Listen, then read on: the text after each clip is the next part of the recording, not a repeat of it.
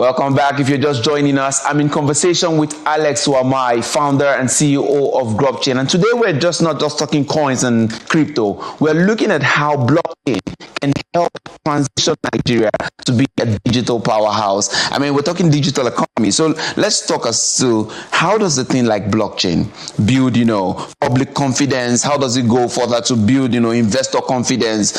What does it say to the rest of the world if we start to invest in blockchain? I mean, from now, really invest. Okay, so the Nigerian economy, I heard Nigerian reserves have increased to about $41 billion, right? But now I'm not saying that that's not information that I can trust. But how do I actually, if I wanted to verify that, what do I do, right? Probably no way that I can verify that information. So there's still no trust. I mean, put our data on blockchain, right? Assets on blockchain, and if we come to Nigeria, we can actually take it out because the country does have reserves that it says it has. So, visibility, trust, economic growth. These are things that the blockchain creates. And so, you still speaking about this. How do we have things?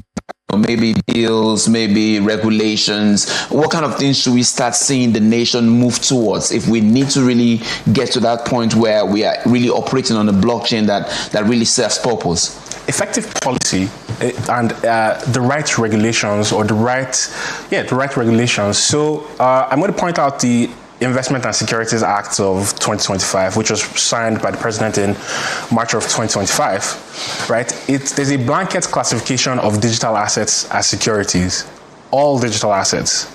Now, I think, in my opinion, I think that's a lazy approach. Reason being, with tokens or blockchain assets, as you might call them, they have different classes. There's what you call utility tokens, probably also known as meme coins. They're different from stable coins. A meme coin is not a security, it's just a utility token. Maybe you get extra perks for using it, but it's not something that would actually create investment value. And so that regulation actually puts investors or blockchain enthusiasts at risk, because now you're saying a meme coin is an investment opportunity. And what usually happens, there's so many meme coins that have rug pulled people, and that's why you keep hearing people say crypto is a scam, crypto is a scam, crypto is a scam. So we need to come out with clear regulations that treat digital assets on a functional basis. What is the difference between a stable coin, a utility token, and whatever other classes of digital assets that exist out there? So regulation is where it boils down to how the operations work. Okay, let's just circle back a bit more. When we talk about payment options, are we saying that the only thing that blockchain does is just basically speed to have some securities? What happens to data use? Because I'm guessing some other persons are thinking, hey, data use is possible that this thing is going to take a lot of data. Are there solutions that says, hey, we might be able to run transactions without data? Absolutely. I have a bunch of friends who are actually building tools that allow people move assets using text messaging systems. And so when you think about the implications of such technologies, a farmer who has just a simple flip phone, for example, that doesn't have access to the internet, but just has access to the cellular network or cell signal, can actually still move his assets. There's no barriers to controlling assets. That's such tools you can actually blockchain. So, we've been talking benefits, and I like to play the devil's advocate usually when it comes to this. What will be the downside? What will be the thing we need to fear if we're transitioning into blockchain and that technology? What should we be afraid of? I'm going to speak about GrubChain.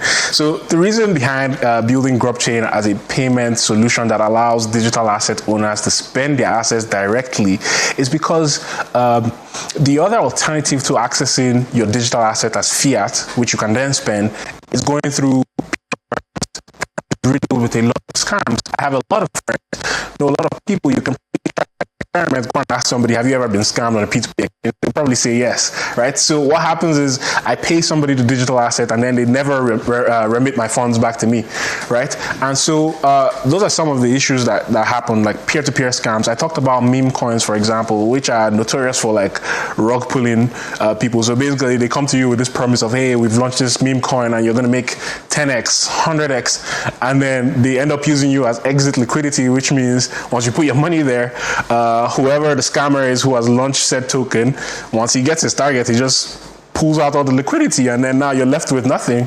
So that's a risk. That possible. Yeah, and so back to my point on regulation. This is why it's important for the right regulations to be established that tells users or enthusiasts, hey, this is a utility token. This is not a security.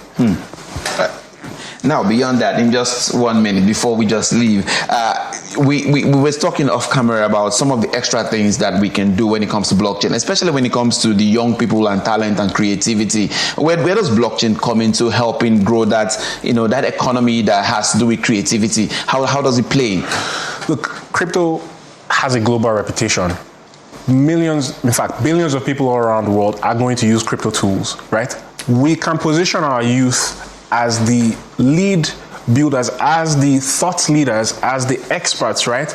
And we can enable them to earn money from other sources, from outside the country. We create job opportunities for them. We create economic opportunities for them. We create economic freedom, financial freedom. We can do that. And we can also position Nigeria as a powerhouse when it comes to building tools like How does that work for somebody who may be an artist or a poet when it comes to blockchain, basically? So, property on the blockchain, and you can track ownership, right? And you can also track things like royalties. Let's talk about artists. Like musicians selling numbers, right? But they still have to go through a middleman to get their rewards, right? I talked about a platform called Zora, which basically allows every creator, or which basically allows you to make posts like you would on Instagram, but tokenize those posts, right? So the value that you end up getting depends on market interest. So what that means is if a lot of people are interested in your creation and they purchase that, then you get fair value, right? You're not relying on a middleman or a centralized platform like Facebook or TikTok to determine your earnings.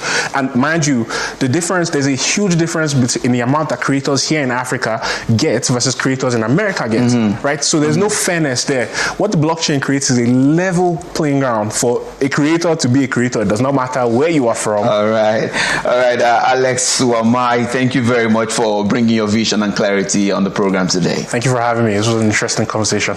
All right, that's it on The Beam. We'll be leaving you as always with our top 5 videos of the week. I am Soonest Nathaniel, and as always, we urge you, stay curious, stay informed, stay engaged, and keep beaming your light where it matters the most. May this nation continue to rise and flourish. Bye for now.